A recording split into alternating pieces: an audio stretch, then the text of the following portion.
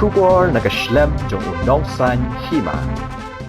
Meghalaya Cycling Association kan penlong ka program jingjit nong nya cycle ni ka selection trial ha ka arpusau tarik Urisau arajar arpulai hamau kerwat Southwest Khasi Hills.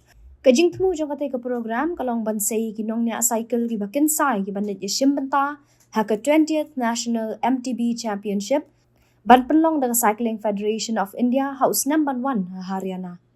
Hagani kajing persyang la pia hala ki jong ki kerdan yakop kata ka downhill la ka benta barok kinong yeshim benta kat baya ka XCO la pia hala ki jong ki kerdan nata ka youth ka banado khatsan hado khandriu snam ka junior nado khatnyo hado khat prasnam bat ka elite ka badai na ka benta ki ba khat khandai snam shaneng habaya kanam kinok thok khubor u president ka Meghalaya Cycling Association u ba lening bare ulay thok banak leng ka sanjok kan shim ya ka bayrong ka balai spa tingka ye kinong yeshim benta Markumpa juga manusia kemudian di negara ada Meghalaya selection trials di menuju perlombaan nasional ini last 3-4 years dari mata kesimpan berhak bagi dia perlombaan sekui bagi distrik sebentar kesim ini ayah sim rai bagi perlombaan yang negara all Meghalaya selection trial jauh 2024 kan perlombaan pemukul aku pada mau keluar distrik Kasim juga cycling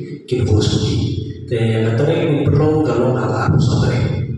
Tapi tambah ini ayat perirupa ini keempat yang perfect kinuan ada baru. Tapi bapaknya pengen kita, bapaknya pengen kini kita yang perfect benar tak? Tapi kalian ke Kasim bagi distrik ni Yasim ni fees ibarat tang kembali sepat dengan bagaimana? Marwai.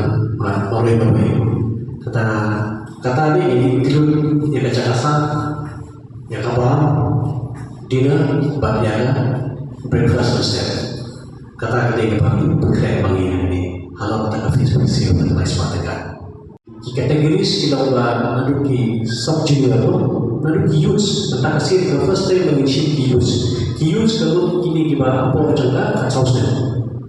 Tentang kita segi sub junior, kita segi junior, dan kita segi elite kategori. Ini elite kategori ini kita akan nasional ini.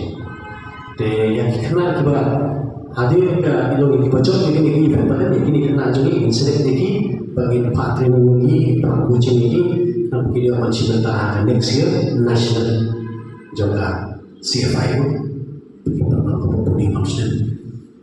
Itu dari langsung tanpa yang itu masyarakat apa CFI kesannya kita CFI itu.